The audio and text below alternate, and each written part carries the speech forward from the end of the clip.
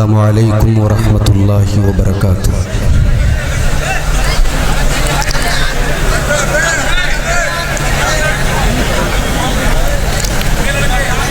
الحمد للہ نحمده ونستعینه ونستغفره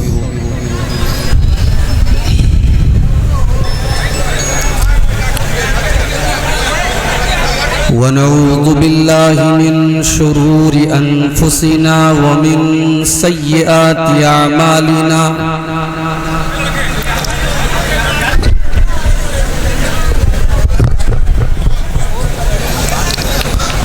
من يهده الله فلا مضل له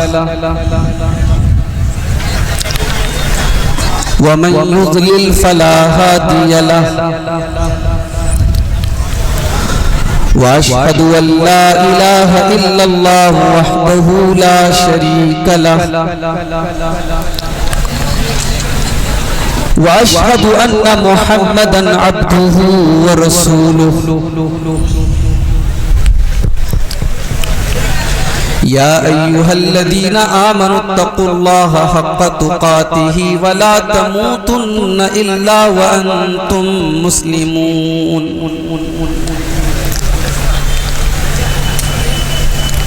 يا أيها الناس اتقوا ربكم الذي خلقكم من نفس واحدة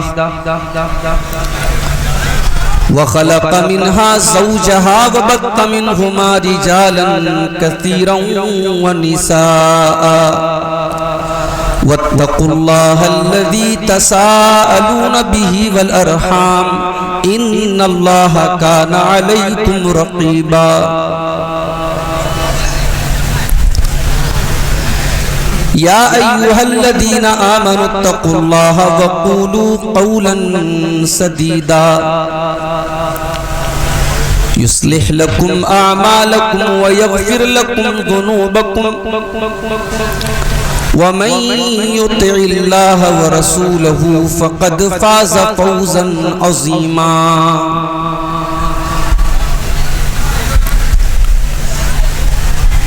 أما بعد فإن خير الحديث كتاب الله وخير الهدي هدي محمد صلى الله عليه وسلم وشر الأمور محدثاتها وكل محدثة بدعة وكل بدعة ضلالة وكل ضلالة في النار أعوذ بالله من الشيطان الرجيم بسم الله الرحمن الرحيم والسابقون الأولون من المهاجرين والأنصار والذين اتبعوهم بإحسان رضي الله عنهم ورضوا عنه وأعد لهم جنات تجري تحتها الأنهار خالدين فيها أبدا ذلك الفوز العظيم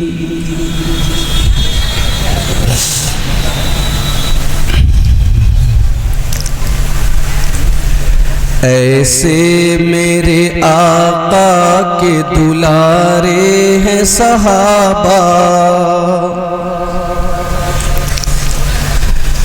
ایسے میرے آقا کے دلارے ہیں صحابہ آقا ہیں اگر چاند ستارے ہیں صحابہ ہم ان کو بھلا دیں تو کہیں کے نہ رہیں گے اسلام کے تعلیمی ادارے ہیں صحابہ تم جانو اگر تم کو محبت نہیں ان سے ہم تو ہیں صحابہ کے ہمارے ہیں صحابہ اسلام کی کشتی کے محافظ بھی یہی ہیں رحمت کے سمندر کے کنارے ہیں صحابہ، دشمن تھے ہزاروں تو یہ تھے 313، ایسے میں بھی دیکھو نہیں ہارے ہیں صحابہ،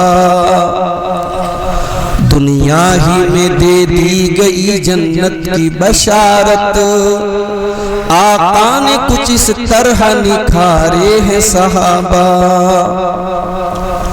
موجود تھے جو آخری خطبہ میں نبی کے، عرفات میں وہ سارے کے سارے ہیں صحابہ، رب ان سے ہے راضی تو یہ سب رب سے ہے راضی، آقا ہی نہیں رب کو بھی پیارے ہیں صحابہ، صدیق ہو فاروق ہو عثمان ہو علی ہو، سرکار کی سیرت کے سپارے ہیں صحابہ، اے سعد خدا ذکر سے خوش ہوتا ہے ان کے، سرکار کے ہاتھوں نے سنوارے ہیں صحابہ۔ صدر محترم، علماء کرام، محترم بزرگوں، نوجوان ساتھیوں، ماں اور بہنوں، پیارے بچوں،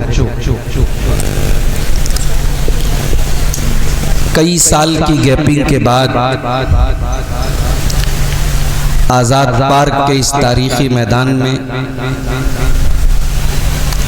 ہمارا یہ سالانہ پروگرام منعقد ہوا۔ دو بہترین تقریریں آپ نے مجھ سے پہلے سماعت فرمائی، صدر محترم کا صدارتی خطاب بھی آپ نے سنا،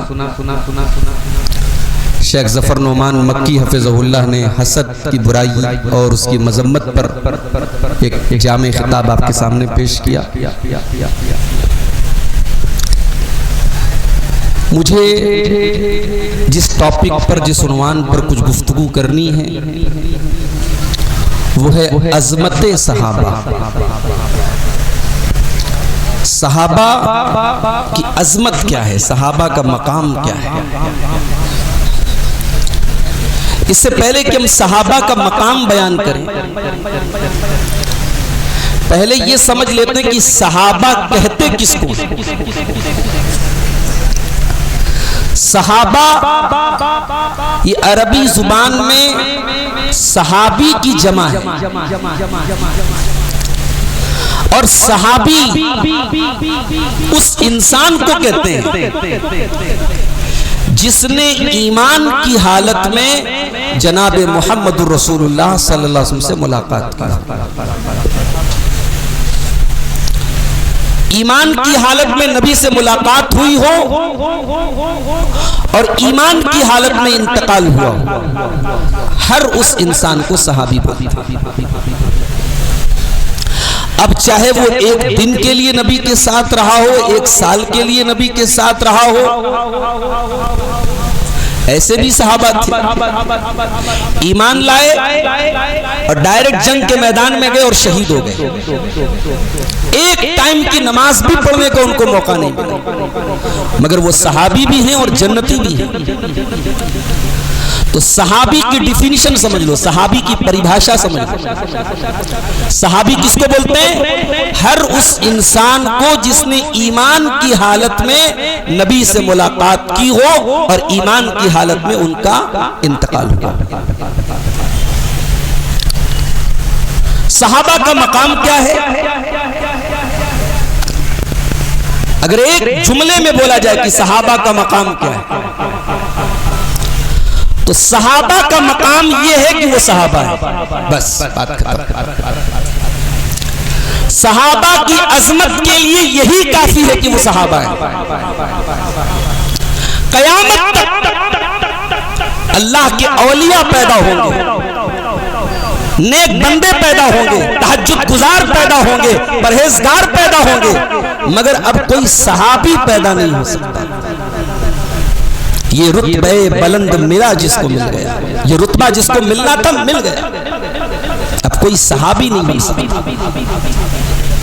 بھئی کوئی بہت اللہ والا ہے، رات بھر تہجد پڑھ رہا ہے، سال کے 360 دن کنٹینیو روزہ رکھ رہا ہے، اللہ کی راہ میں بہت صدقہ خیرات کر رہا ہے، وہ سب کچھ کر سکتا ہے، مگر وہ آنکھیں کہاں سے لائے گا جن آنکھوں نے جمال مصطفیٰ کا دیدار کیا ہے؟ وہ ہاتھ کہاں سے لائے گا جن ہاتھوں نے محمد الرسول اللہ صلی اللہ علیہ وسلم سے مصافحہ کرنے کا شرف حاصل کیا ہے؟ وہ مجلس کہاں سے لائے گا جس مجلس میں شمع رسالت کے پروانے اپنے نبی سے قرآن سیکھتے تھے، حدیث سیکھتے تھے، سنت سیکھتے تھے؟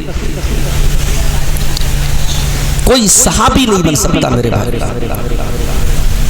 اور یہ صحابہ یہ اللہ تبارک و تعالیٰ کے سیلیکٹڈ لوگ، ان کو اللہ تعالیٰ نے اپنے نبی کے لیے چن لیا تھا، منتخب کر لیا تھا، الیکٹ کر لیا تھا، یہ اللہ کا سیلیکشن تھے صحابہ کرام۔ اسی لیے حضرت عبداللہ بن مسعود کہتے ہیں اولئک اصحاب محمد کانوا ابر هذه الامه قلوبا واعمقهم علما واقلهم تکلفا۔ اس امت میں صحابہ کرام اکلوتے ایسے لوگ ہیں ان کے دل سب سے زیادہ پاک اور صاف تھے۔ ہم صحابہ کو فرشتہ نہیں مانتے، یہ جملہ نوٹ کر لو، ہم صحابہ کرام کو معصوم نہیں مانتے، ہم ان کو فرشتہ نہیں مانتے، صحابہ کرام انسان تھے، مگر صحابہ کے جیسا دل کوئی نہیں لا سکتا۔ صحابہ میں جھگڑے نہیں ہوئے، جھگڑے ہوئے، اختلاف ہوا، جنگیں ہوئی، مگر ان کی جنگ بھی ذاتیات کے لیے نہیں ہوتی تھی، ان کا اختلاف بھی اصولوں کی بنیاد پر ہوتا تھا، نظریات کی بنیاد پر ہوتا تھا۔ ہمارے یہاں لوگ آپس میں اختلاف کرتے ہیں، ذاتیات کی بنیاد پر اختلاف کرتے ہیں۔ سب کو حدیث معلوم ہے کہ 3 دن سے زیادہ کسی مسلمان سے تعلق توڑنا جائز نہیں ہے، مگر نسل در نسل ہمارے یہاں دشمنی چلتی ہے۔ باپ مر گیا، بچوں کو وصیت کر کے جاتا خبردار فلانے سے بات مت کرنا، اور بچے بھی بڑے ہوشیار ہوتے ہیں، ابا کی وصیت ہے ہم رشتہ نہیں رکھیں گے، ہم شادی میں نہیں جائیں گے، ہم مرنی میں نہیں جائیں گے، ہم سکھ میں نہیں جائیں گے، ہم دکھ میں نہیں جائیں گے۔ صحابہ کرام ایسے نہیں تھے میرے بھائی، ان کا اختلاف بھی ہمارے لیے نمونہ ہے میرے بھائی۔ میں ایک مثال آپ کو دیتا ہوں، حضرت علی کے بیچ میں حضرت معاویہ کے بیچ میں اختلاف ہوا، اور اختلاف بہت بڑا ہوا، جنگ کی شکل میں ہوا، جنگ ہوئی دونوں طرف سے۔ اسی دور میں جس دور میں جنگ ہو رہی تھی، روم کے بادشاہ نے حضرت معاویہ کو خط لکھا۔ اس زمانے میں جیسے آج دنیا کی بڑی بڑی طاقتیں ہیں، فلسطین میں مسلمان مر رہا ہے، دنیا کی بڑی بڑی طاقتیں اس آگ میں اور اس کو اور بھڑکا رہی ہیں، مسلمان کا خون بہے اور ہمارا ہتھیار بکے، یہ ان کی سازش ہے۔ اس زمانے میں سپر پاور 2 طاقتیں تھی، ایک رومن امپائر، ایک پرشین امپائر۔ تو روم کے بادشاہ نے حضرت معاویہ کو خط لکھا، کہا کہ اے معاویہ، ہمیں معلوم ہوا ہے کہ آپ علی کے ساتھ آپ کی جنگ چل رہی ہے، آپ کا اختلاف چل رہا ہے، اگر آپ اشارہ کر دیں تو ہم آپ کا سپورٹ کرنے کو تیار ہیں، ہم آپ کا سپورٹ کریں گے، آپ کا ساتھ دیں گے، اور ہم دونوں مل کر کے علی کا مقابلہ کرتے ہیں، علی کے خلاف جنگ کرتے ہیں۔ تاریخ کے الفاظ، تاریخ کے پنوں پر آج بھی الفاظ درج ہیں، حضرت معاویہ حضرت علی کے مخالف ہیں، جنگ چل رہی ہے، اختلاف چل رہا ہے، مگر روم کے بادشاہ کے خط کے جواب میں انہوں نے کیا لکھا؟ کہا اے روم کے کتے، کان کھول کر کے سن لے، یقیناً میرا علی بن ابی طالب کے ساتھ اختلاف چل رہا ہے، جنگیں ہو رہی ہیں، مگر یہ ہمارا انٹرنل میٹر، ہمارا اندرونی معاملہ ہے۔ اے روم کے کتے، اگر تو نے اسلامی سرحدوں کی طرف نظر اٹھانے کی بھی جرات کی، علی کی فوج تجھ سے مقابلہ کرنے کے لیے جائے گی، اور علی کی فوج میں سب سے پہلی صف میں معاویہ کھڑا ہوگا۔ یہ تھے صحابہ۔ کسی تیسرے کو ہمارے اختلاف کی بنیاد پر اسلام پر ضرب لگانے کی اجازت نہیں۔ حضرت علی حضرت معاویہ کی جنگ ہو رہی ہے، حضرت علی رضی اللہ تعالیٰ عنہ فجر کی نماز پڑھا رہے ہیں، ایک ظالم نے، ایک ملعون نے ان کو شہید کر دیا۔ حضرت علی شہید ہو گئے، ان کے بیٹے سیدنا حضرت حسن رضی اللہ تعالیٰ عنہ کو مسلمانوں نے اپنا خلیفہ بنایا۔ حضرت حسن کے ساتھیوں نے کہا کہ آپ کے والد، آپ کے باپ حضرت علی جنگ کر رہے تھے حضرت معاویہ سے، اور اسی حالت میں ان کا انتقال ہو گیا، اب یہ کام آپ کو کرنا ہے، جنگ کے لیے فوج کو تیار کیا جائے، جنگ کے لیے آگے بڑھا جائے۔ بخاری کے الفاظ ہیں، ادھر سے حضرت حسن کا لشکر آگے بڑھا، ادھر سے حضرت معاویہ کا لشکر آگے بڑھا۔ حضرت معاویہ نے حضرت عمرو بن عاص سے کہا کہ اے عمرو بن عاص، یہ جنگیں کب تک چلتی رہیں گی؟ مسلمانوں کے بچے کب تک یتیم ہوتے رہیں گے؟ مسلمانوں کی عورتیں کب تک بیوہ ہوتی رہیں گی؟ ان کا کون پرسان حال ہوگا؟ ان کی کون خبرگیری کرے گا؟ اے عمرو بن عاص، میں حسن کو صلح کی پیشکش کرتا ہوں، صلح کا آفر کرتا ہوں، ہو سکتا ہے میرا وہ آفر قبول کر لیں۔ حضرت امیر معاویہ رضی اللہ تعالیٰ عنہ نے حضرت حسن کو صلح نامہ بھیجا۔ حضرت حسن نے فوراً ایکسپٹ کر لیا، یہ نہیں کہا کہ میرے والد تو آپ سے جنگ کرتے تھے، میں بھی جنگ کروں گا۔ یہ صحابہ تھے میرے بھائی، یہ نبی کے تربیت یافتہ تھے۔ جنگ جب تک جنگ ہو رہی تھی، جنگ ہوئی، اب صلح کا آفر آیا، حضرت حسن نے صلح قبول کی، اور یہیں پر پیارے نبی صلی اللہ علیہ وسلم کی وہ پیشن گوئی پوری ہوئی۔ بخاری اور مسلم کی روایت ہے، اللہ کے پیارے نبی نے، حضرت حسن بہت چھوٹے تھے، 5-6 سال کے بچے تھے، ان کا ہاتھ پکڑ کے مسجد میں کہا تھا میرا یہ بچہ سردار ہوگا، اور میرے اس بچے کے ذریعے اللہ تعالیٰ مسلمانوں کی 2 بڑی جماعتوں میں صلح کرے۔ نبی کے الفاظ پر غور کرو، نبی کے الفاظ کیا ہے؟ نبی کہہ رہے ہیں اللہ میرے اس بچے کے ذریعے مسلمانوں کی 2 بڑی جماعتوں میں صلح کرائے گا۔ آج بعض لوگ بڑی جرات کے ساتھ، بڑی بدتمیزی کے ساتھ حضرت معاویہ کا نام لیتے ہیں، ان کے بارے میں بدزبانی کرتے ہیں، ان کی جماعت کو باغی جماعت بولتے ہیں، ان کے ساتھیوں کو جہنم کی طرف بلانے والا بولتے ہیں۔ میں سوال پوچھتا ہوں، کیا باغی جماعت کے ساتھ جنگ کی جاتی ہے، صلح کی جاتی ہے؟ قرآن کہتا ہے باغی جماعت سے جنگ کی جائے، باغی جماعت سے قتال کی جائے۔ قرآن کا اصول ہے باغی جماعت سے جنگ کی جائے، اور میرے نبی کیا کہہ رہے ہیں؟ اپنے نواسے کی تعریف کر رہے ہیں، اللہ اس بچے کے ذریعے صلح کرائے گا۔ پتہ یہ چلا کہ اس جماعت کو نبی نے باغی نہیں مانا، باغی مانا ہوتا تو نبی نے صلح کی تعریف نہ کی ہوتی، نبی نے جنگ کی تعریف کی ہوتی، نبی نے صلح کی تعریف کی۔ صحابہ کے اختلاف پر آج بڑی باتیں ہو رہی ہیں، بعض لوگ ریسرچ کر رہے ہیں، ان کی ریسرچ کا خلاصہ کیا ہے؟ ان کی ریسرچ کا خلاصہ یہ نعوذ باللہ کہ صحابہ کرام کے اندر یہ کمی تھی، یہ کمی تھی، یہ کمی تھی، وہ ایسے تھے، وہ ایسے تھے۔ لوگ ریسرچ کر کے صحابہ کرام کے اندر عیب نکال رہے ہیں۔ ارے تمہاری اوقات کیا ہے میرے بھائی؟ تمہاری حیثیت کیا ہے؟ تم صحابہ کرام پر انگلی اٹھاتے ہو، صحابہ کرام کے کردار پر تم سوال اٹھاتے ہو۔ حضرت عمر بن عبدالعزیز کے بارے میں کسی نے پوچھا عبداللہ بن مبارک سے کہ حضرت عمر بن عبدالعزیز بہتر تھے یا حضرت معاویہ بہتر تھے؟ تو حضرت عبداللہ بن مبارک بہت بڑے امام ہیں، بہت بڑے محدث ہیں، انہوں نے کہا تھا کہ حضرت معاویہ نے پیارے نبی کے ساتھ جس گھوڑے پر بیٹھ کر کے جہاد کیا تھا، اس گھوڑے کی ناک میں بیٹھی ہوئی مٹی بھی عمر بن عبدالعزیز سے بہتر ہے۔ یہ صحابی کا مقام ہے میرے بھائیوں، صحابہ کے مقام کو سمجھنے کی کوشش کیجیے۔ آئیے آگے بڑھتے ہیں، صحابہ کا مقام قرآن سے دیکھتے ہیں۔ سورہ فتح کی آخری آیت، صحابہ کا مقام کیا ہے؟ قرآن سے پوچھتے ہیں۔ محمد الرسول اللہ والذین معه اشداء علی الکفار رحماء بینہم.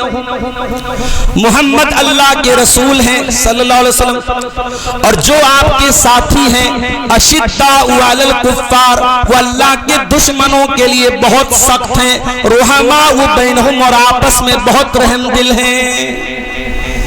ہو حلقہ یاراں تو بریشم کی طرح نرم، اور رسم حق و باطل ہو تو فولاد ہے مومن. صحابہ کرام ایسے تھے، ایک دوسرے کے لیے بڑے رحم دل، اور اسلام کے دشمنوں کے لیے بڑے سخت تھے صحابہ کرام. یہ قرآن کہہ رہا ہے تراہم رکعاً سجدا یبتغون فضلا من اللہ ورضوانا. تم ان کو جب بھی دیکھو گے تمہیں یا تو رکوع کی حالت میں نظر آئیں گے یا سجدے کی حالت میں نظر آئیں گے. اتنے نمازی تھے، اتنے عبادت گزار تھے، یا تو تمہیں رکوع کی حالت میں نظر آئیں گے یا تمہیں سجدے کی حالت میں نظر آئیں گے. نبی اکرم کی زندگی کا آخری دن ہے، سوموار کے دن نبی کا انتقال ہوا، چاشت کے وقت آپ کا انتقال ہوا، فجر کی نماز ہو رہی ہے. پڑھانے والا امام کون؟ ابو بکر صدیق رضی اللہ تعالی. پڑھنے والے پیچھے مقتدی کون؟ صحابہ کرام. یہ حیات مبارکہ کا آخری دن ہے. اللہ کے پیارے نبی تھوڑی راحت محسوس کرتے ہیں. آپ اپنے حجرے کا پردہ ہٹاتے ہیں، سامنے ابو بکر صدیق نماز پڑھا رہے ہیں اور صحابہ کرام پیچھے نماز پڑھ رہے ہیں. اللہ کے پیارے نبی یہ منظر دیکھ کر کے خوش ہو جاتے ہیں، اتنے خوش ہوتے ہیں. بیماری کا عالم ہے، کمزوری کا عالم ہے، لیکن اللہ کے نبی کی خوشی کا کوئی ٹھکانہ نہیں ہے. اللہ کے پیارے حبیب کے چہرے پر مسکراہٹ آ جاتی ہے، آپ مسکرانے لگتے ہیں، اور صحابہ کرام اپنے نبی کی مسکراہٹ کو نماز کی حالت میں پہچان لیتے ہیں. صحابہ کرام محسوس کر لیتے ہیں کہ اللہ کے نبی اپنے حجرے کے دروازے پر کھڑے ہیں. حضرت ابو بکر صدیق بھی محسوس کر لیتے ہیں. ابو بکر صدیق پیچھے ہٹنے لگتے ہیں. اللہ کے نبی ہاتھ سے اشارہ کرتے ہیں کہ اے ابو بکر تم نماز کو کنٹینیو رکھو، تم نماز کو جاری رکھو. اور اس کے بعد اللہ کے پیارے نبی اپنا پردہ برابر کر دیتے ہیں، اور صحابہ کرام کہتے ہیں یہ آخری دیدار تھا جو ہم نے نبی کا کیا تھا. نبی نے اپنے صحابہ کو نماز پڑھتے ہوئے دیکھا تھا، ابو بکر کو ان کا امام دیکھا تھا، اور نبی مسکرا کر کے اس دنیا سے گئے تھے. میرا جملہ نوٹ کر لو، نبی اپنے صحابہ سے خوش ہو کر کے دنیا سے گئے تھے. نبی اپنے صحابہ سے مطمئن اور سیٹسفائیڈ ہو کر دنیا سے گئے تھے. جو بدبخت یہ کہتا ہے کہ نبی جب دنیا سے گئے تو صحابہ سب مرتد ہو گئے، صحابہ سب منافق ہو گئے، صحابہ سب دین سے پھر گئے، ہم اس بدبخت کو ایمان والا نہیں سمجھتے، ہم اس بدبخت کو مومن نہیں سمجھتے. تو نبی کے چہتوں اور نبی کے لاڈلوں اور وہ ہستیاں جن کو نماز پڑھتے ہوئے دیکھ کے نبی مسکرا کے گئے تھے، ان کے ایمان پر جو سوال اٹھائے ہم اس کو ایمان والا مانتے ہی نہیں. میرے بھائی صحابہ کرام وہ لوگ ہیں میرے بھائی عزیزوں. تراہم رکعاً سجدا، تم ان کو جب بھی دیکھو گے وہ تمہیں یا تو رکوع کی حالت میں نظر آئیں گے یا تمہیں سجدے کی حالت میں نظر آئیں گے. سیماہم فی وجوہہم من اثر السجود، ان کی پہچان ان کے سجدے کا نشان ہے. ان کا چہرہ دیکھ کر کے پتہ چل جائے گا یہ نمازی لوگ ہیں، یہ سجدہ کرنے والے لوگ ہیں، یہ اللہ کے آگے جھکنے والے لوگ ہیں. یہ صرف ماتھے کا جو نشان ہوتا ہے نا، یہی سجدے کا نشان نہیں ہوتا. اگر آپ نمازی ہیں تو آپ کے کیریکٹر پر بھی نماز کا اثر ہونا چاہیے.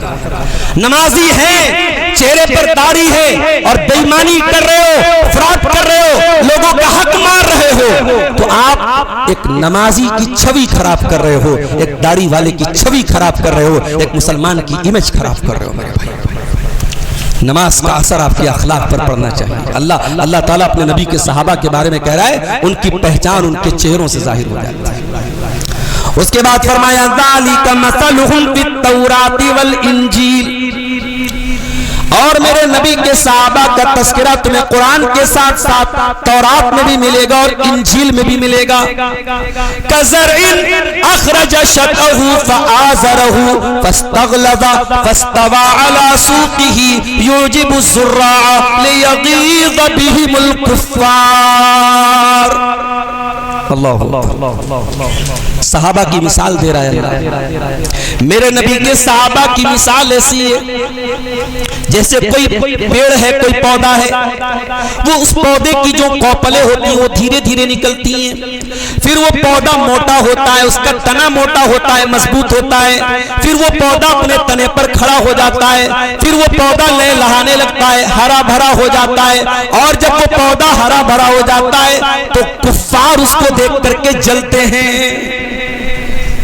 اسلام کا جب پودا میرے نبی نے لگایا تھا, مکے کی سرزمین پر جب میرے نبی نے اسلام کا پودا لگایا تھا, وہ پودا کمزور پودا تھا میرے بھائی.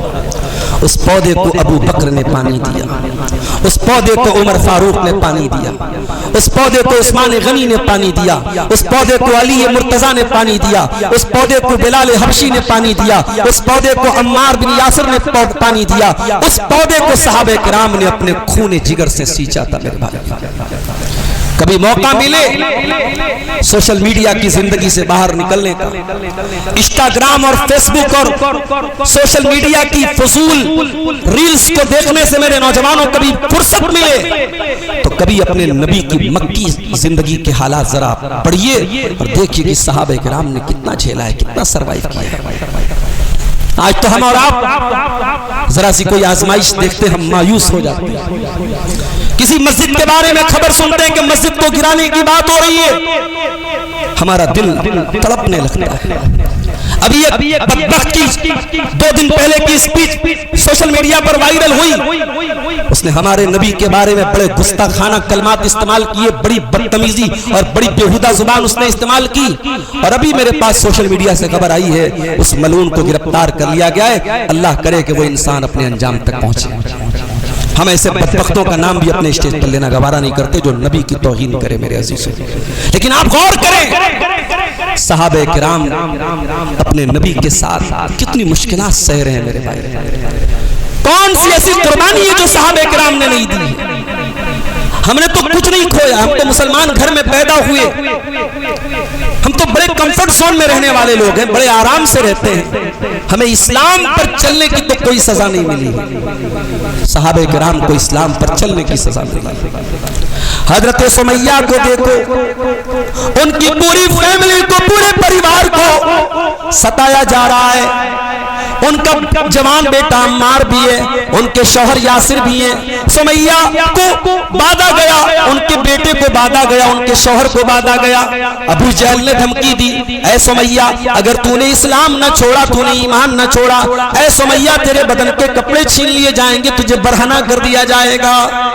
اے سمیہ تیرے ایمان کا کیا کہنا, تیری استقامت کا کیا کہنا, تو نے ایمان سے کمپرومائز نہ کیا. اپنے جوان بیٹے کے سامنے سمیہ ننگی ہو جانا گوارا کر لیتی ہیں, برہنہ ہو جانا گوارا کر لیتی ہیں, ان کے بدن کے کپڑے اتار لیے جاتے ہیں. یہ اذیت ایک ماں اپنے جوان بیٹے کے سامنے برداشت کر لیتی ہے مگر اسلام نہیں چھوڑتی ہے. سمیہ نے اسلام نہیں چھوڑا. یہ حضرت بلال ہیں, یہ حبشہ کے رہنے والے ہیں, کالے کلوٹے غلام ہیں. میرے نوجوان ساتھیوں, وہ آپ کی طرح اسمارٹ اور ہینڈسم نہیں ہے, وہ خوبصورت نہیں ہے, وہ اپنے بالوں پر جیل لگانے والے, اپنے کپڑے پر پرفیوم لگانے والے, اپنی ڈریسنگ سینس پر توجہ دینے والے نہیں. بلال شکل صورت کے اعتبار سے حبشی ہیں, کالے کلوٹے, مگر بلال کے سینے میں جو دل ہے اللہ, وہ دل اللہ کی محبت سے لبریز ہے, رسول کی محبت سے لبریز ہے, ایمان کی محبت سے لبریز ہے. بلال کا سینہ ہے عرب کی تپتی ہوئی ریت ہے, اور بلال کی پیٹھ پر بھاری پتھر رکھا ہوا ہے, اور بلال کا مالک امیہ بن خلف کہتا ہے اے بلال میں تجھے تکلیفیں دینا چھوڑ دوں گا, تو اسلام چھوڑ دے, تو محمد کا دین چھوڑ دے. بلال کہتے ہیں احد احد میرا رب ایک ہے, میں ایک اللہ کی توحید پر چلنے والا ہوں, میں ان تکلیفوں اور ان اذیتوں کے سامنے ڈھیر ہو جانے والا نہیں ہوں, میں بزدل نہیں ہوں, میں کائر نہیں ہوں, میں اسلام پر چلنے والا ہوں. اس گرم پتھر کے نیچے اور اس تپتی ریت پر بھی بلال کی زبان سے توحید کی آواز نکلتی ہے میرے بھائی. یہ صحابہ کرام تھے. صحابہ کرام کی دو کیٹیگری تھی، ایک کو ہم مہاجر بولتے ہیں، ایک کو انصار بولتے ہیں۔ یہ مہاجر کون تھے، انصار کون تھے؟ آئیے قرآن اٹھاتے ہیں، قرآن کا 28واں پارہ سورہ حشر کی آیت نمبر 8، 9، 10۔ للفقراء المہاجرین الذین اخرجوا من دیارہم واموالہم یبتغون فضلا من اللہ ورضوانا وینصرون اللہ ورسولہ اولئک هم الصادقون۔ میرے نبی کے وہ غریب صحابہ جو اپنے گھروں سے نکال دیے گئے، جو اللہ کی مدد کر رہے ہیں، جو رسول کی مدد کر رہے ہیں، جن کی زندگی کا مقصد اللہ کو راضی کرنا ہے اور اللہ کا فضل تلاش کرنا ہے، یہ مہاجر صحابہ تھے، انہوں نے سب کچھ قربان کر دیا۔ اور جب یہ مدینہ پہنچے تو مدینہ کے انصاریوں نے ان کے لیے سب کچھ قربان کر دیا۔ والذین تبوؤوا الدار والایمان من قبلہم یحبون من ہاجر الیہم ولا یجدون فی صدورہم حاجۃ مما اوتوا ویؤثرون علی انفسہم ولو کان بہم خصاصہ۔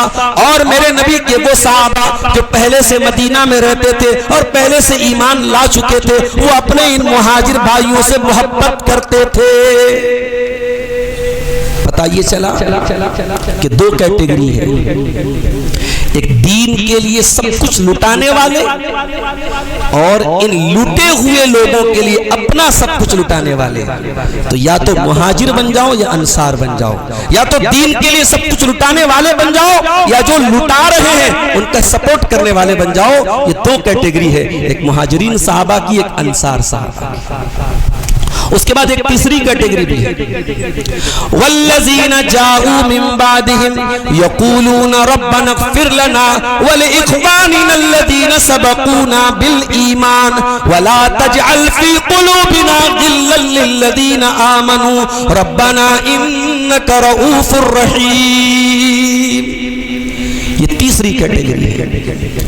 اللہ نے کہا یہ میرے نبی کے مہاجر صحابہ ہیں، یہ میرے نبی کے انصاری صحابہ ہیں، اور جو ان کے بعد آتے ہیں جو ایمان والے لوگ ہیں، وہ تو جب بھی دعا کے لیے ہاتھ اٹھاتے تو یہی دعا کرتے ہیں کہ اے پروردگار تو ہماری بھی بخشش فرما دے، اور ہم سے پہلے جو ایمان لائے تو ان کی بھی بخشش فرما دے، اور ان ایمان والوں کے خلاف ہمارے دل میں کوئی کینہ کپٹ مت رکھنا۔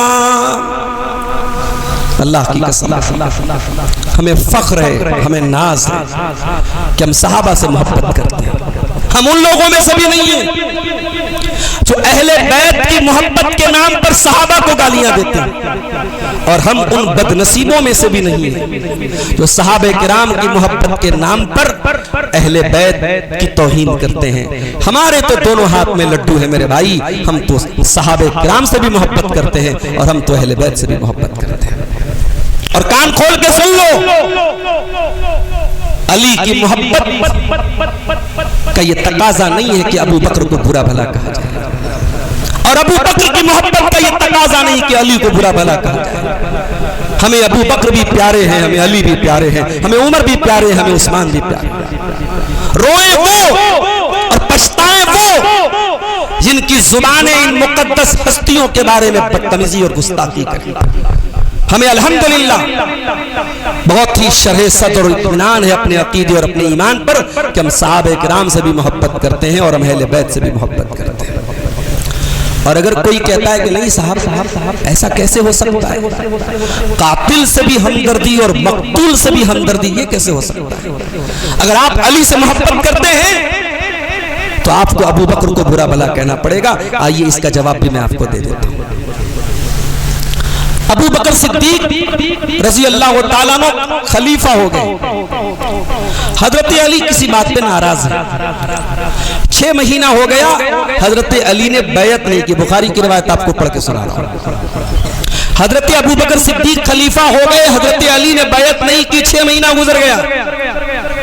سیدہ فاطمہ زہرا رضی اللہ تعالیٰ عنہ کا انتقال ہو گیا، نبی کی بیٹی کا انتقال ہو گیا۔ حضرت علی رضی اللہ تعالیٰ عنہ نے حضرت ابو بکر کے پاس پیغام بھیجا کہ میں آپ سے اکیلے میں ملنا چاہتا ہوں، آپ میرے گھر تشریف لائیں۔ حضرت ابو بکر خلیفہ ہیں، امیر المومنین ہیں، وہ چاہتے تو آبجیکشن کر سکتے کہ میں امیر المومنین ہوں، آپ میرے پاس ہیں، میں آپ کے پاس کیوں جاؤں؟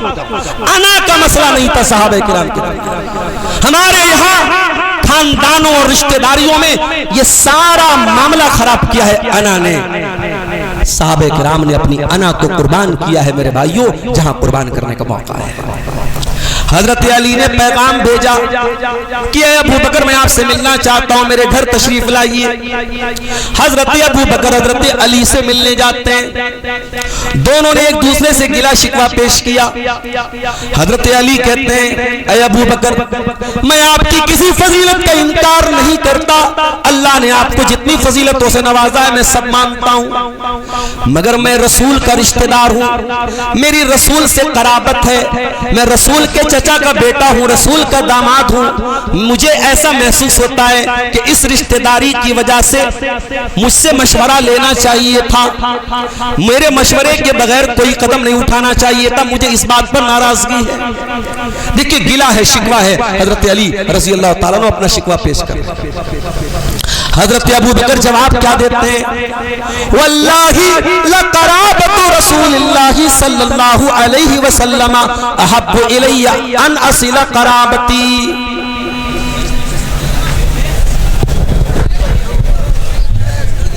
آپ لوگ اطمینان اور سکون رکھیں، اطمینان سے بیٹھے رہیں اپنی اپنی جگہ پہ۔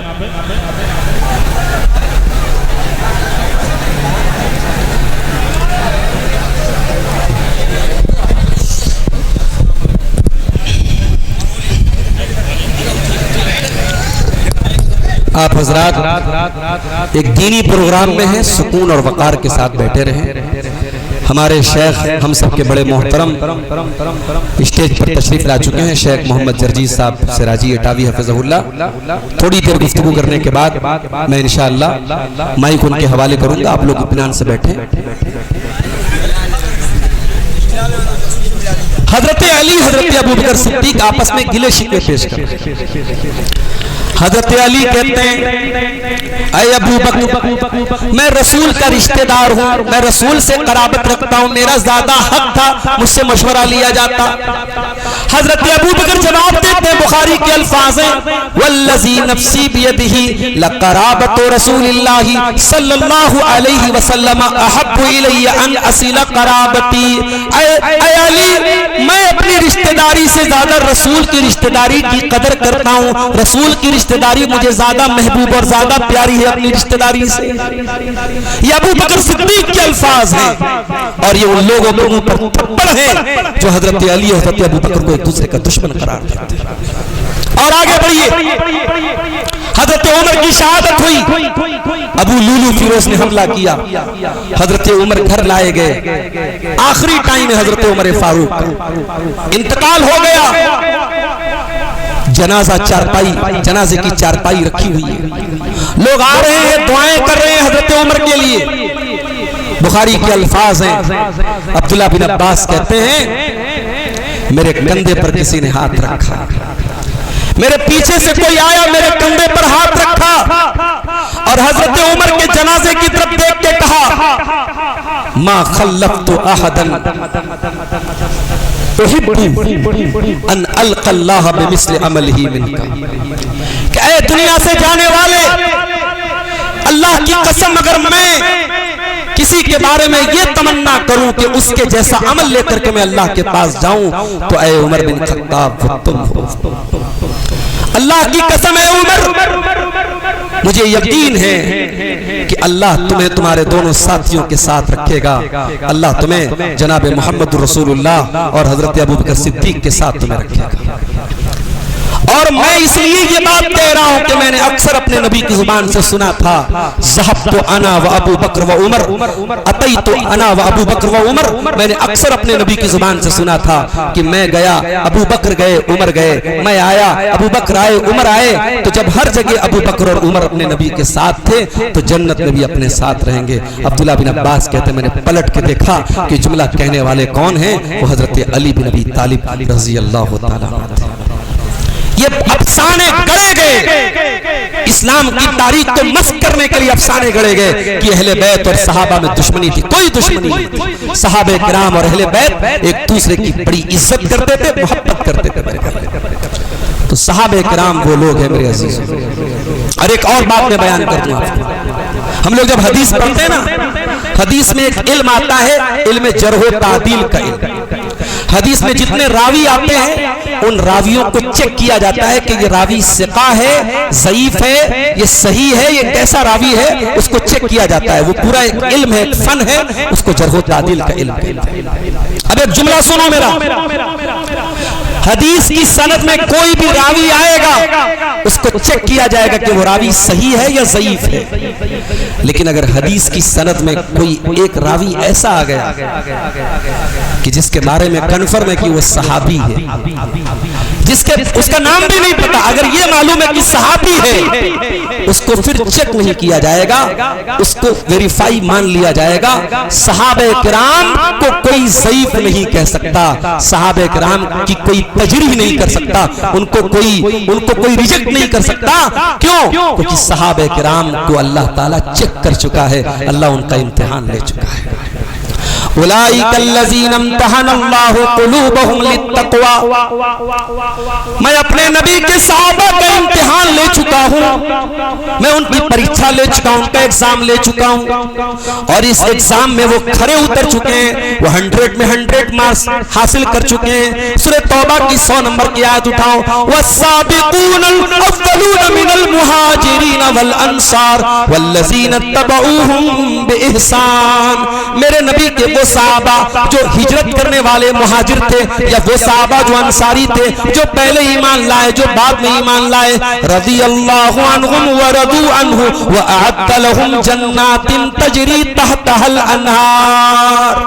اللہ ان سے راضی ہو گیا, وہ اللہ سے راضی ہو گئے, اور اللہ نے ان کے لیے جنت تیار کر کے رکھی ہے. قرآن کی آیت مہر لگا رہی ہے, سارے صحابہ کو اللہ تعالیٰ جنتی کہہ رہا ہے. اب کسی ایک صحابی کے اوپر اگر کوئی کیچڑ اچھالتا ہے, اپنے ایمان کی خیر بنائے میرے بھائی. مجھے واقعہ یاد آیا, ہماری جماعت کے بہت بڑے عالم تھے علامہ ثناء اللہ امرتسری رحمۃ اللہ علیہ. علامہ ثناء اللہ امرتسری وہ عالم تھے کہ دارالعلوم دیوبند میں بھی اگر مناظرہ ہوتا تھا قادیانیوں سے, تو پنجاب سے, امرتسر سے بلایا جاتا تھا علامہ ثناء اللہ امرتسری کو. ان کو صرف اہل حدیث نہیں, علماء دیوبند بھی اور دیگر مسالک کے علماء بھی جب غیر مسلموں سے مناظرے کی نوبت آتی تھی ان کو بلایا جاتا تھا. علامہ ثناء اللہ امرتسری پنجاب کے گاؤں میں مناظرہ کرنے جا رہے تھے. مناظرہ کس سے تھا؟ رافضیوں سے تھا, صحابہ کو گالی دینے والوں سے تھا. جب ثناء اللہ امرتسری رحمت اللہ علیہ اسٹیشن پر اترے ہیں, اس گاؤں میں اترے ہیں, اور وہاں ریسیو کرنے والے جب لوگ ان کو پہنچے ہیں, تو ثناء اللہ امرتسری ان کے سامنے زار و قطار رونے لگے. لوگوں نے پوچھا, مولانا صاحب کیوں رو رہے, کیا بات ہے؟ کہ تمہیں معلوم ہے کہ آج کے مناظرے کا ٹاپک کیا ہے, مناظرے کا عنوان کیا ہے؟ آج کے مناظرے میں مجھے ثابت کرنا ہے کہ ابو بکر اور عمر مسلمان تھے, ایمان والے تھے, ان کا ایمان مجھے ثابت کرنا ہے. مناظرے کا ٹاپک یہ ہے, یہ میرے لیے رونے کا مقام ہے کہ جن ہستیوں کی وجہ سے میں مسلمان ہوا ہوں اور آج میری ذات تک اسلام پہنچا ہے, آج مجھے مناظرہ کر کے ان کا ایمان ثابت کرنا ہے. یہ وہ سوچ تھی جس نے علامہ ثناء اللہ امرتسری کو رونے پر مجبور کیا تھا. میرے بھائیوں, یاد رکھو میرے بھائیوں, صحابہ کرام کو گالی دینے والا, صحابہ کرام کی توہین کرنے والا ہماری عزت کا, ہماری محبت کا کبھی مستحق نہیں ہو سکتا. ہمارا عقیدہ تو ٹوٹ ہے, ہم صحابہ کرام کے بارے میں کسی طریقے کا کمپرومائز کرنے کو تیار نہیں. کوئی صحابہ کو گالی دے اور رات بھر نماز پڑھے, ہم اس کی عبادت, اس کی تہجد کو کوئی ویلیو نہیں دیتے. صحابہ کرام سے جو نفرت کرے, صحابہ کرام سے جو بغض رکھے, ہم اس سے محبت نہیں کر سکتے. یہ ہمارا عقیدہ ہے. بہت بڑے امام ہیں, امام طحاوی رحمۃ اللہ علیہ, یہ 3 صدی ہجری میں ان کا انتقال ہوا ہے, تقریباً 238 ہجری میں ان کا انتقال ہوا. بہت بڑے امام ہیں, فقیہ ہیں, محدث ہیں. امام طحاوی نے ایک پتلی سی کتاب لکھی ہے, عقیدہ طحاویہ. اچھا میں یہ بھی بتا دوں کہ امام طحاوی رحمۃ اللہ علیہ امام ابو حنیفہ کے مسلک پر چلنے والے تھے, حنفی مسلک کے تھے, لیکن عقیدے کی جو انہوں نے یہ کتاب لکھی ہے بہت ہی بہترین کتاب ہے, اور مدینہ یونیورسٹی میں بھی یہ نصاب میں داخل ہے, اور ہمارے مادر علمی جامعہ سلفیہ بنارس میں بھی یہ نصاب میں داخل ہے. یہ ہمارا منہج رہا ہے کہ دیگر مسالک کے علماء کی وہ کتابیں جو صحیح ہے اور جو صحیح بنیادوں پر لکھی گئی ہیں ہم ان کتابوں کا مطالعہ کرتے ہیں. امام طحاوی کی جو کتاب العقیدۃ الطحاویہ, اس میں ایک لائن ہے, امام طحاوی کہتے ہیں وَنُحِبُّ أَصْحَابَ رَسُولِ اللَّهِ, ہم اللہ کے رسول کے صحابہ سے محبت کرتے ہیں. وَلَا نَتَبَرَّأُ مِنْ أَحَدٍ مِّنْهُمْ, اور ہم کسی صحابی پر تبرہ نہیں کرتے, کسی صحابی سے نفرت نہیں کرتے. وَلَا نُفْرِطُ فِي حُبِّ أَحَدٍ مِّنْهُمْ, اور ہم کسی صحابی کی محبت میں حد سے آگے نہیں بڑھتے. وَنُبْغِضُ مَن يُبْغِضُهُمْ وَبِغَيْرِ الْخَيْرِ يَذْكُرُهُمْ, اور جو صحابہ کا ذکر غلط انداز میں کرے اور صحابہ سے بغض رکھے ہم ان سے بغض رکھتے ہیں. یہ امام طحاوی عقیدہ بیان کر رہے ہیں, یہ امت کا عقیدہ ہے, یہ صحابہ کا عقیدہ ہے, یہ سلف صالحین کا عقیدہ ہے, یہ اہل سنت والجماعت کا عقیدہ ہے, یہ محدثین کا عقیدہ ہے کہ ہم صحابہ کرام سے جو بغض رکھے ہم اس سے بغض رکھتے ہیں, اور ہم صحابہ کرام کا ذکر ہمیشہ اچھے انداز میں کرتے ہیں. اور امام طحاوی کہتے ہیں وَحُبُّهُمْ دِینٌ وَإِیمَانٌ وَإِحْسَانٌ, صحابہ کی محبت دین ہے, صحابہ کی محبت ایمان ہے, صحابہ کی محبت احسان ہے. وَبُغْضُهُمْ كُفْرٌ وَنِفَاقٌ وَطُغْیان, اور صحابہ سے بغض رکھنا یہ کفر ہے, یہ نفاق ہے, یہ سرکشی ہے.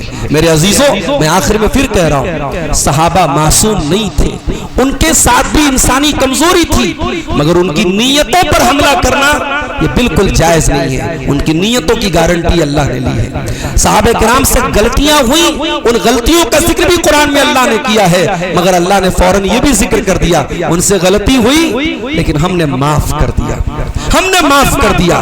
اللہ نے قرآن میں صحابہ کی کچھ غلطیوں کو بھی بیان کیا, یہ بتانے کے لیے کہ میرے نبی کے صحابہ معصوم نہیں تھے, لیکن ساتھ میں یہ بھی کلیئر کر دیا کہ صحابہ سے جو بھی غلطی ہوئی میں نے معاف کر دیا. وَكُلًّا وَعَدَ اللَّهُ الْحُسْنَى, اور تمام کے تمام صحابہ جنتی ہیں. سورہ حدید کی 10 نمبر کی آیت اس بات کا ثبوت اور اعلان کرتی ہے کہ تمام کے تمام صحابہ جنتی ہیں. ہم اور آپ اسی عقیدے پر میرے بھائیوں ہم چل رہے ہیں. اور آخر میں جاتے جاتے چونکہ ہمارے شیخ محترم آ چکے ہیں اور ان کے آنے کے بعد پھر مقرر کا بیٹھے رہنا مناسب نہیں ہے, ایک آخری بات بیان کر کے بات ختم کرتا ہوں. آج بڑا اختلاف بھی ہم دیکھ رہے ہیں, بہت سارے مسلک ہیں, بہت سارے فرقے ہیں, ہر فرقہ والا اپنے آپ کو صحیح بول رہا ہے, ہر جماعت اپنے آپ کو صحیح بول رہی ہے, اور سب دلیل میں قرآن پڑھ رہے ہیں, سب دلیل میں حدیث پڑھ رہے ہیں. تو اختلاف کے اس دور میں ہم صحیح اور غلط کو کیسے پہچانیں گے, آئیے اس کا طریقہ میں بیان کر کے بات ختم کرتا ہوں. یہاں بھی صحابہ کرام کی بہت ویلیو ہے. اللہ کے پیارے نبی فرماتے ہیں, یہ ترمذی کی, ابو داؤد کی اور مستدرک الحاکم کی صحیح روایت ہے. اللہ کے پیارے حبیب صلی اللہ علیہ وسلم فرماتے ہیں کہ بنی اسرائیل میں 72 فرقے پیدا ہوئے اور میری امت میں 73 فرقے پیدا ہوں گے, اور وہ سب فرقے جہنمی ہوں گے سوائے ایک جماعت کے. صحابہ کرام نے پوچھا اے اللہ کے رسول, وہ ایک جماعت جو جنت میں جائے گی وہ کون سی ہوگی؟ اللہ کے پیارے نبی نے اس جماعت کا نام نہیں بتایا, اس جماعت کی پہچان بتا دی, اس کا منہج بتا دیا, اس کا طریقہ بتا دیا. فرمایا ما انا علیہ واصحابی, جو میرے اور میرے نبی میرے صحابہ کے طریقے پر چلے گی. دیکھو قرآن وہی ہے, حدیثیں وہی ہیں. آج بدعت کو ثابت کرنے کے لیے ایک مولوی قرآن پڑھ کے بدعت کو ثابت کر رہا ہے. اب آج کے اس دور میں اگر کوئی اپنی بدعات اور خرافات کے لیے قرآن سے غلط دلیل دے رہا ہے تو ہمارا ایک ہی سوال ہے کہ قرآن کی اس آیت کا جو مطلب آپ لے رہے ہیں کیا صحابہ نے لیا تھا؟ نہیں لیا تھا تو ہم نہیں لیں گے. ہمارے لیے قرآن و حدیث دلیل ہے, مگر قرآن و حدیث کی وہ ایکسپلینیشن, وہ انٹرپریٹیشن, وہ ویاکھیا, وہ پریبھاشا, وہ تشریح, وہ تفسیر جو صحابہ نے سمجھی ہے ہم اسی کو سمجھیں گے اور اسی پر عمل کریں گے. قرآن کی منمانی تفسیر نہیں چلے گی, حدیثوں کا منمانا مطلب نہیں چلے گا. اور علامہ اقبال بہت پہلے کہہ کے جا چکے ہیں کہ ہوئے اس درجہ فقیہان حرم بے توفیق, خود بدلتے نہیں قرآن کو بدل دیتے ہیں. میرے بھائیو, آج قادیانی بھی قرآن قرآن سے اپنے مذہب کی دلیل پکڑ رہا ہے، حدیث کا انکار کرنے والا قرآن سے اپنے مذہب کی دلیل بنا رہا ہے۔ آج کے اس دور میں ہمیں صحابہ کرام کے منہج پر اور صحابہ کرام کے طریقے پر اور صحابہ کرام کی انڈرسٹینڈنگ پر چلنے کی ضرورت ہے، اور یہی وہ طریقہ اور منہج تھا جس کے بارے میں اللہ کے نبی نے فرمایا تھا کہ میں تم کو ایسے راستے پہ چھوڑ کے جا رہا ہوں جو بالکل کلیئر اور روشن اور واضح ہے، اور اس سے جو ہٹے گا لا یزیغ عنہا بعدی الا ہالک، اس سے وہی ہٹے گا جو ہلاک اور گمراہ ہو جائے گا۔ ہم اللہ سے دعا کرتے ہیں رب العالمین ہمیں صحابہ کرام سے سچی محبت کرنے کی توفیق عطا فرما۔ رب العالمین اگر کسی کے دل میں صحابہ کرام کے متعلق غلط فہمی ہے، بدگمانی ہے اور نفرت ہے، بغض ہے، اے اللہ مرنے کے پہلے تو اسے ہدایت نصیب فرما دے، اور اے اللہ ہمیں تو اپنے نبی کے صحابہ سے بھی اور اپنے نبی کے اہل بیت سے بھی وہ محبت جو قرآن و سنت سے ثابت ہے، جس میں غلو نہیں ہے، جس میں حد سے تجاوز نہیں ہے، وہ محبت ہم سب کو کرنے کی توفیق عطا فرما۔ جاتے جاتے میں یہ اعلان بھی کر دینا چاہتا ہوں، ہمارے ناظم اجلاس نے بھی شاید بتایا ہوا آپ کو کہ انصار آباد میں ایک مسجد کی زمین خریدی جا رہی ہے۔ اس مسجد کے لیے زمین تقریباً 75 لاکھ روپے کی قیمت ہے، ایک بھاری رقم ہے، بڑی رقم ہے۔ آپ تمام حضرات دور دراز سے آئے ہیں، اس مسجد کی زمین کے لیے اسٹال لگا ہوا ہے، آپ معلوم کریں اور وہاں اس مسجد کے لیے ضرور آپ تعاون کرتے جائیں۔ اللہ ہم سب کو نیکی کے کاموں میں حصہ لینے کی توفیق عطا فرمائے، اللہ کہنے سننے سے زیادہ ہم سب کو عمل کی توفیق عطا فرمائے، آمین۔ وآخر دعوانا الحمدللہ رب العالمین، والسلام علیکم ورحمۃ اللہ وبرکاتہ۔